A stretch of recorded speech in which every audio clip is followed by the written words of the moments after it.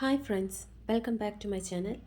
ഇന്ന് നമ്മൾ ഡിസ്കസ് ചെയ്യാൻ പോകുന്നത് പോസ്റ്റ് മോഡേണിസ്റ്റ് ക്രിറ്റിക് MPA-16 ഒരു ടോപ്പിക്കാണ്. Post modernist critic. Post modernist critic എന്ന് പറഞ്ഞാൽ എന്താണ്? അത് സിമ്പിളായി പറഞ്ഞിട്ടുണ്ടെങ്കിൽ ഗവൺമെൻറ്റൊക്കെ തന്നെയല്ല എല്ലാ ഡിസിഷൻസ് എടുക്കുന്നത്, ജനങ്ങൾക്കും ഡിസിഷൻ മേക്കിങ്ങിൽ പാർട്ടാകേണ്ടതാണ്. ഓൾഡ് സിസ്റ്റം എന്ന് പറയുന്നത് ഡിസിഷൻസ് എല്ലാം ടോപ്പ് ഡൗൺ ആയിട്ടായിരുന്നു ഡിസൈഡ് ചെയ്തിരുന്നത്. അതായത് ഓഫീസേഴ്സും പൊളിറ്റീഷ്യൻസും ഒക്കെ ടോപ്പ് ലെവലിൽ അവർ ഡിസൈഡ് ചെയ്യും, ജനങ്ങളത് ഫോളോ ചെയ്യും. ജനങ്ങൾക്ക് അതിലൊരു റോളും ഉണ്ടായിരുന്നില്ല. പോസ്റ്റ് മോഡേണിസ്റ്റ് പറയുന്നത് എന്താ? ടോപ്പ് ഡൗൺ പ്ലാനിങ് അട്ടർലി ഫ്ലോപ്പാണത് ശരിയല്ല. ബോട്ടം അപ്പ് പ്ലാനിങ് എപ്പോഴും വേണ്ടതാണ്. ബോട്ടം അപ്പ് പ്ലാനിങ് എന്ന് വെച്ചാൽ എന്താണ്? പീപ്പിൾ തന്നെ എല്ലാ ഡിസിഷൻ മേക്കിങ്ങിലും പാർട്ടിസിപ്പേറ്റ് ചെയ്യും. അവർക്ക് ലോക്കൽ നോളേജ് ഉണ്ടാവും, അവരുടെ ഇൻഡിജിനസ് ഐഡിയാസ് എല്ലാം കൺസിഡർ ചെയ്യും. നെക്സ്റ്റ് ഇമ്പോർട്ടൻറ്റ് പോയിൻ്റ് എന്താണ്? ഏർലിയർ ഗവൺമെൻറ് മോണോപോളി ഉണ്ടായിരുന്നു. വാട്ടർ, റോഡ്, സർവീസ് ഒക്കെ ഗവൺമെൻറ് മാത്രമായിരുന്നു അതിൽ ഡിസിഷൻ എടുക്കാൻ പൂർണ്ണ അധികാരം ഉണ്ടായിരുന്നത്. പക്ഷേ ഇപ്പോൾ ഗവേണൻസിൽ ഇൻവോൾവ് ചെയ്യുന്നത് പ്രൈവറ്റ് കമ്പനീസ് ഉണ്ടാവും, NGOs ഉണ്ടാവും, കമ്മ്യൂണിറ്റി ഗ്രൂപ്പ് ഉണ്ടാവും, ഇൻട്രസ്റ്റ് ഗ്രൂപ്പ്സ് ഉണ്ടാവും. ഇതിനെ പറയുന്നതാണ് പോളിസെൻട്രിക് ഗവർണൻസ്. മോണോസെൻട്രിക് എന്ന് പറയുമ്പോൾ ആദ്യകാലത്ത് ഉണ്ടായിരുന്നത് അതിൽ ഗവൺമെൻറ്റിന് മാത്രമായിരുന്നു റോള്. പക്ഷേ ഇപ്പോൾ പോളിസെൻട്രിക് ആണ്, അത് ഷിഫ്റ്റ് ചെയ്തു. അതിൽ private companies, NGOs, community groups, interest groups ഇവരെല്ലാം വരുന്നുണ്ട്. പോസ്റ്റ് മോഡേണിസ്റ്റ് അപ്രോച്ച് പറയുന്നത് സൊസൈറ്റിയിലെ ബാക്കി ഗ്രൂപ്പ്സും, അതായത് religious minorities, linguistic groups, ethnic groups ഇവരെയും പോളിസി മേക്കിങ്ങിൽ ഇൻക്ലൂഡ് ചെയ്യിക്കണം.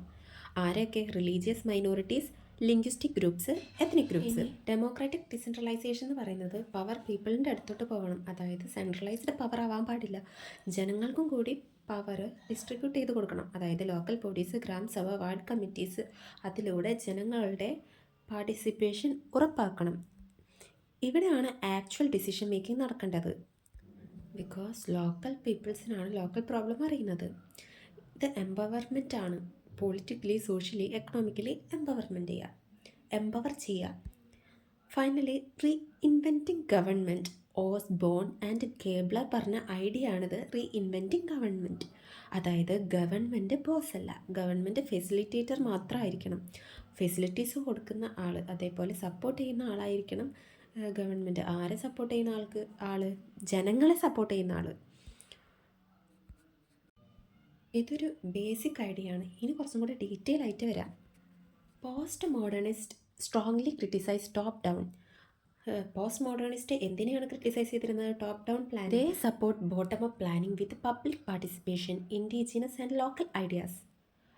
അവർ സപ്പോർട്ട് ചെയ്തത്, പോസ്റ്റ് മോഡേണിസ്റ്റ് സ്ട്രോങ്ലി സപ്പോർട്ട് ചെയ്തത് എന്ത് പ്ലാനിങ്ങിനെയാണ്? Bottom up planning. അതായത് പബ്ലിക് പാർട്ടിസിപ്പേഷനും ഇൻഡിജിനസ് ലോക്കൽ ഐഡിയാസ് ഇൻക്ലൂഡ് ചെയ്തിട്ടുള്ള പ്ലാനിങ് ആണ് പോസ്റ്റ് മോഡേണിസ്റ്റ് സപ്പോർട്ട് ചെയ്തിരുന്നത്.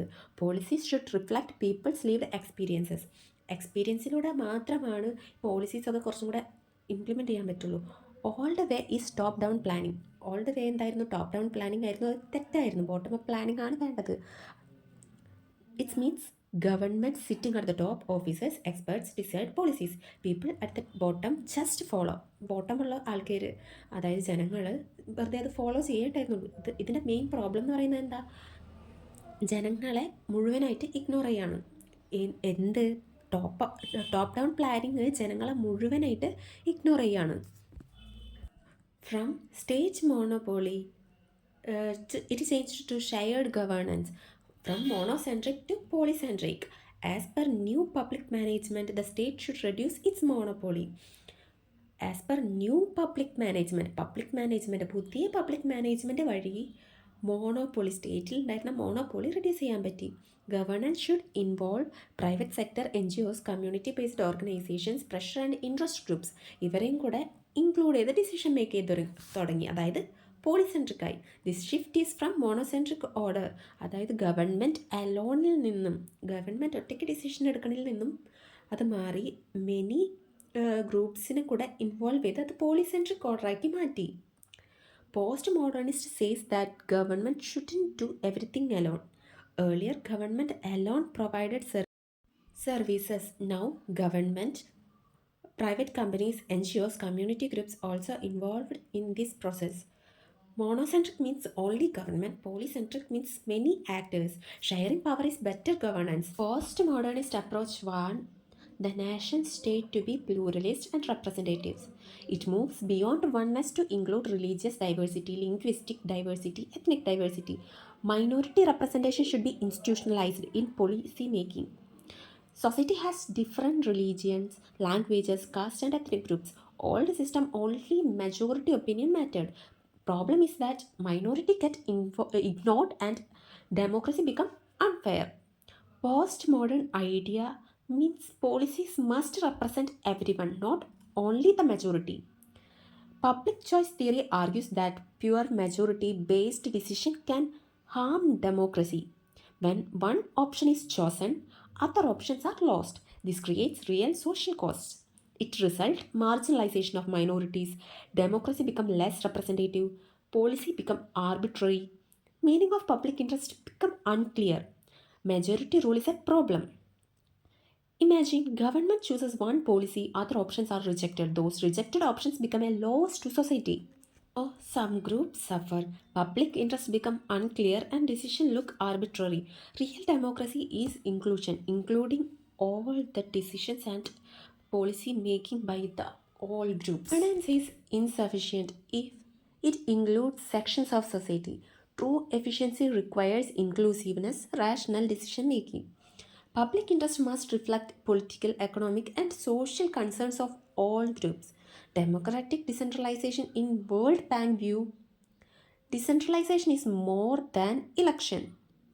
It includes downward delegation of power, accountability of officials to local people, citizen grievance redressal.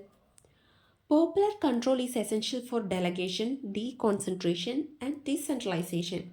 Decentralization means power moves closer to people, not just election, but officials answer to people. People can complain, people can question. Power without accountability is useless. Bottom up governance help break oligarchic and elite control. Bottom up governance എന്തിനൊക്കെയാണ് break ചെയ്യുന്നത് oligarchic and elite control it reduce inequality achieved by empowering backward and passion groups. Tools used in this process is reservation, Gram Sabha, social capital, NGO, and social action groups. Reinventing government is structural reform of governance is called reinventing government. It coined by Osborne and Gabler in 1992. Government become facilitator, partner, enabler, not a controller. This is the basic theme of this reinventing government. Democracy must also be economically efficient. Taxpayers' money should be properly spent, accounted for. Citizens must have information, transparency, awareness. People should have voice to protest, dissent, and exit. Choose better services. True democracy also means tax money is used properly. People know how money is spent and transparency exists.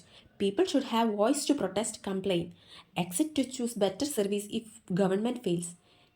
Efficiency giver efficiency gives maximum benefit at minimum cost.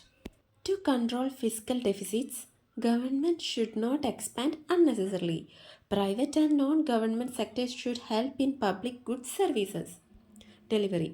Decentralization is a means to achieve pluralist, polycentric governance. Efficiency means maximum benefit at minimum cost. Main argument for democratic decentralization is responsiveness. Local government understand problems better. Policies become more responsive to people's needs, useful in areas like environmental protection, law and order. Empowerment and accountability. Looking to the empowerment and accountability, it empowers local communities. Governance become participatory. Civil society articulates public interest and demands accountability.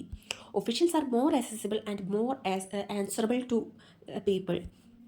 Efficient resource management, community ownership, reduce waste, use local knowledge, indigenous practice, improve efficiency. So friends, summary of this topic, postmodernism says power must shift from top to bottom, from one center to many centers, and governance become participatory and inclusive. Thank you for watching. Like, share, subscribe. See you in the next video.